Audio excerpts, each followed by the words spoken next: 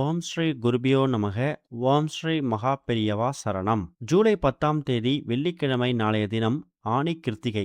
இப்ப நாம சொல்லக்கூடிய இந்த 3 பொருட்கள உங்க வீட்டோட நிலைவாசல்ல நீங்க வைக்கிறதால மிகப்பெரிய அதிசயம் நடக்கும். கணவருடைய வருமானம் அதிகரிக்கும். அது என்ன வழிபாட்டு முறைன்னு பார்க்கறதுக்கு முன்னாடி நம்மளோட வீடியோஸை இப்பதான் நீங்க ஃபர்ஸ்ட் டைம் பார்க்குறீங்கன்னா மறக்காம சப்ஸ்கிரைப் பண்ணிக்கோங்க. தொடர்ந்து இது மாதிரி அப்டேட் தெரிஞ்சுக்கிறதுக்கு பக்கத்துல நோட்டிஃபிகேஷன் பெல்லை கிளிக் பண்ணி ஆல் அப்படிங்கிறத செலக்ட் பண்ணிக்கோங்க. இப்ப என்னென்ன பொருட்களை வைத்து என்ன மாதிரி வழிபாடு செய்ய போறோம் அப்படிங்கிறத பத்தி தெளிவா தெரிஞ்சுக்கலாம். நாம கடைபிடிக்கக்கூடிய விரதங்கள்ல மிக உன்னதமான விரதங்கள் நிறைய இருக்கு. அதுல முருகப்பெருமானுக்கு உகந்த மிக உயரிய விரதம் தான் இந்த ஒரு கிருத்திகை விரதம். ஒரு மாதமும் கார்த்திகை நட்சத்திரம் வரக்கூடிய நாள்ல இந்த விரதத்தை நம்ம கடைபிடிக்கிறோம். இந்த விரதத்தை கடைபிடிக்கிறதால செய்வினைகள் நீங்கி நல்வினைகள் அதிகமாகும் அப்படிங்கிறது இந்த விரதத்துக்கு இருக்கக்கூடிய ஒரு மிகப்பெரிய தாரக மந்திரம். பொதுவா இந்த கிருத்திகை நட்சத்திர விரதத்தை நிறைய பேர் நிறைய பலன்களுக்காக கடைபிடிப்பாங்க. குழந்தை பாக்கியம் இல்ல, சரியான வேலை அமையல, திருமண வரன் கைகூடி அமையலன்னு சொல்லி ஒருத்தவங்களுக்கு ஒரு வேண்டுதல் கோரிக்கை இருக்கும். என்ன கோரிக்கையா இருந்தாலும் கிருத்திகை நட்சத்திரம் அன்னைக்கு விரதம் இருந்து வழிபாடு செய்யும் போது நிச்சயம் அதுக்கான பலன் கிடைக்குமாம். நம்ம எல்லாருக்குமே தெரியும், சிவபெருமானோட நெற்றிக்கண்ணிலிருந்து வரக்கூடிய 6 தீப்பிழம்புகள் மூலயமா தான் முருகப்பெருமான் அவதரிச்சாருன்னு. அப்படி அந்த 6 தீப்பிழம்புகளும் சரவண பொய்கை ஆற்றில் இருக்கக்கூடிய தாமரை மலர்கள் மீது விழும்போது அந்த 6 குழந்தைகளை வளர்க்கக்கூடிய பொறுப்பை ஈசன் சிவபெருமான் 6 கார்த்திகை பெண்கள்கிட்ட ஒப்படைச்சிருக்காரு. அவங்க முருகப்பெருமான் நல்லபடியா வளர்த்ததால அவங்கள கௌரவிக்கிற விதமா மாதம் மாதம் வரக்கூடிய கிருத்திகை விரதம் அன்னைக்கு உங்க 6 பேரை நினைச்சு யார் ஒருத்தவங்க வழிபாடு செய்யறாங்களோ அவங்க கோரிக்கை நிறைவேற்றப்படும் அப்படிங்கிற வரத்தை தான் சிவபெருமான் கொடுக்கிறாரு. ஆக மொத்தத்துல கிருத்திகை விரதம் அப்படிங்கிறது ஒரு பக்கம் முருகப்பெருமானுக்கு உகந்ததா இருந்தாலும் கண்டிப்பான முறையில அந்த 6 கார்த்திகை பெண்களையும் மனதார நினைவுபடுத்தி நம்ம வழிபாடு செய்யறது மூலயமா நம்முடைய கோரிக்கைகளை நேரடியா முருகப்பெருமான் கிட்ட எடுத்துட்டு போயிட்டு அந்த 6 கார்த்திகை பெண்களும் சேர்த்துடுவாங்க அப்படிங்கிறது இந்த ஒரு வழிபாட்டுக்கான முக்கியமான அர்த்தம். இந்த விரதத்தை எப்படி கடைபிடிக்கலாம்? அதிகாலையிலேயே உங்க விரதத்தை ஆரம்பிச்சிடலாம். கிருத்திகை நட்சத்திரம் வரக்கூடிய நாள் அன்னைக்கு அதிகாலை எழுந்து நீராடி சுத்தமான உடை அணிந்து நெத்தியில திருநீரும் சந்தனம் வச்சுக்கணும். வீட்டோட பூஜை அறையில முருகப்பெருமான் படத்துக்கு செவ்வரளி மலர் அலரி மலர்களால அலங்கரித்து நெய் தீபம் ஏத்தலாம். பொதுவா இந்த விரதத்தை நிறைய பேர் உபவாசம், அதாவது பட்டினி இருந்து இருப்பாங்க. அதுக்கு உடல் ஒத்துழைக்காதவங்க பால் பழம் மாதிரியான எளிமையான ஆகாரங்களை எடுத்துட்டு கூட இந்த விரதத்தை கடைபிடிக்கலாம். இன்னைக்கு நாள் முழுக்க முருகனுடைய சிந்தனை தவிர வேற எந்த சிந்தனையும் இல்லாம ஓம் சரவண பவ அப்படின்னு சொல்லக்கூடிய மந்திரத்தை மனதார நம்ம ஜபிக்கும் போது நிச்சயம் அதுக்கான பலன் கிடைக்கும். வீட்டில் கந்தசஷ்டி கவசம், திருப்புகழ் இது மாதிரி பாடல்களை பாடுறதோ இல்ல அந்த பாடல்களை ஒலிக்க விட்டு கேட்கறதோ ரொம்ப விசேஷம். மாலை நேரத்துல முருகப்பெருமான் கோவிலுக்கு போயிட்டு தரிசனம் செய்து அங்க கொடுக்கக்கூடிய பிரசாதத்தை சாப்பிட்டுட்டு உங்க விரதத்தை நிறைவு செய்யறது கூடுதல் சிறப்பு. அப்படிப்பட்ட கிருத்திகை நட்சத்திரம் இந்த ஜூலை மாதம், அதாவது ஆனி மாதம் நமக்கு வெள்ளிக்கிழமையில வந்திருக்கு. வெள்ளிக்கிழமை காலையில சரியாக 10 மணி 7 நிமிஷத்துக்கு தான் நமக்கு கிருத்திகை நட்சத்திரமே ஆரம்பிக்குது. அது மறுநாள் சனிக்கிழமை காலையில 8 மணி 39 நிமிஷம் வரைக்கும் இருக்கு.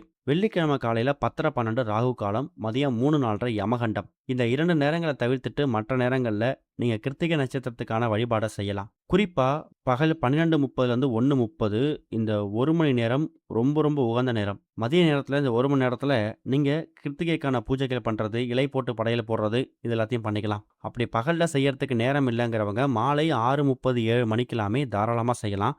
ஏன்னா நமக்கு சனிக்கிழமை மறுநாள் காலை 8:30 மணி வரைக்கும் நம்ம கிருத்திகை நட்சத்திரம் இருக்கு. அதுலயும் இந்த கிருத்திகை நட்சத்திரம் எந்த கிழமையில வருதோ அதை பொறுத்து அதோட பலன்கள் மாறுபடும் சொன்னோம்ல.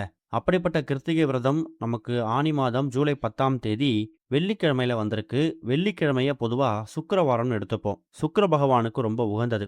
வாழ்க்கையில ஒருத்தவங்களுக்கு சுக்கிர திசை அடிச்சுட்டா பரம ஏழை கூட பணக்காரராக மாறக்கூடிய யோகத்தை பெற முடியுமா? அப்படிப்பட்ட எதிர்பாராத ஒரு விபரீத ராஜ யோகத்தை ஏற்படுத்தக்கூடியவர் யாரு? சுக்கிர பகவான் தான். இன்னொரு பக்கம் ஒருத்தவங்க வீட்டில் ஒரு 5 நபர்கள் இருக்காங்கன்னா அந்த 5 நபர்களில் யாராவது ஒருத்தவங்களுக்கு அவங்க ஜாதகத்துல சுக்கிர தோஷம் இருக்கலாம். அந்த சுக்கிர தோஷம் அவங்கள மட்டும் பாதிக்காம குடும்பத்தில் இருக்கக்கூடிய எல்லா நபர்களையும் பாதிப்பை ஏற்படுத்தலாம். அப்படிப்பட்டவங்க வெள்ளிக்கிழமையில வரக்கூடிய சுக்கிர ஹோரையில சுக்கிர பகவான வணங்கணும். காலையில 6 மணிலேருந்து 7 மணி, மதியம் 1 மணிலேருந்து 2 மணி, அத விட்டீங்கன்னா இரவு 8லேருந்து 9.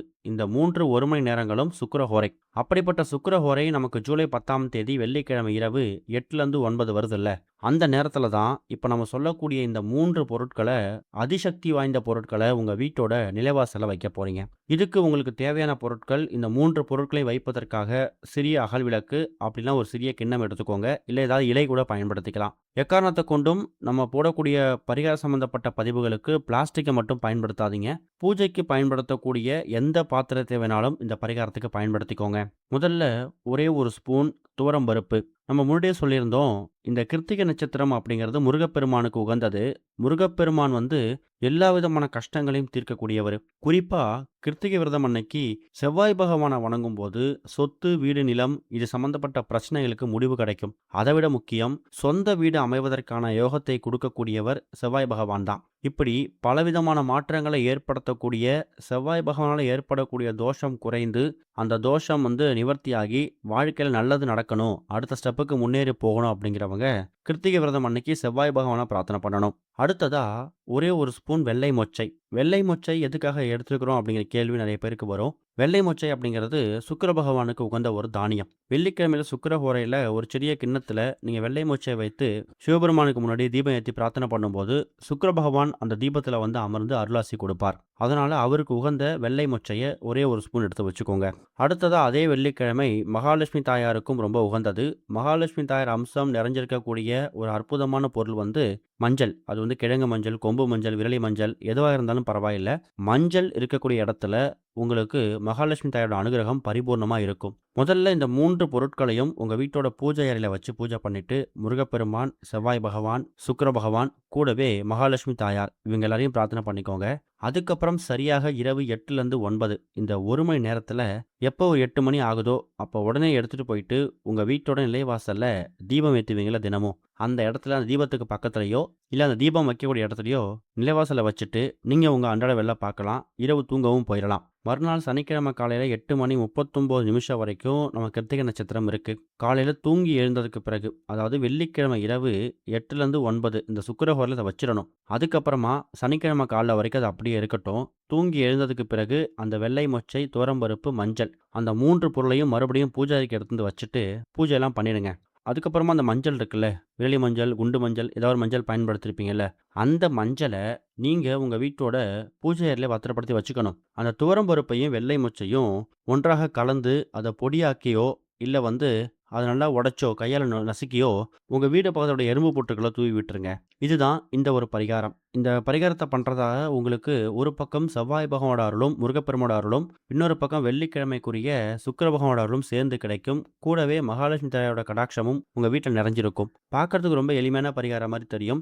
ஒருவேளை இரவு முழுக்க வைக்கிறதுக்கு விருப்பம் இல்ல அப்படிங்கிறவங்க, குறைஞ்சது 8லேருந்து 9 அந்த 1 மணி நேரம் சுக்கிரஹோரை வருதுல்ல வெள்ளிக்கிழமையில, அந்த 1 மணி நேரம் வச்சுட்டாவது 9 மணிக்கு பிறகு இரவு தூங்க போறதுக்கு முன்னாடி பூஜை அறையில வச்சுட்டு, மறுநாள் சனிக்கிழமை தூங்கி எழுந்ததுக்கு பிறகு அந்த மஞ்சள மட்டும் பத்திரப்படுத்திட்டு, அந்த துவரம்பருப்பையும், வெள்ளை மொச்சையும் கொஞ்சம் ஒன்றாக சேர்த்து பொடியாக்கி எறும்பு புட்டுகள தூவி விட்டுருங்க.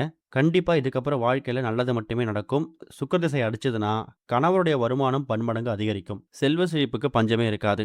நம்பிக்கையோட பண்ணுங்க, நல்லதே நடக்கும். ஓம் ஸ்ரீ குருபியோ நமக. ஓம் ஸ்ரீ மகா பெரியவா சரணம்.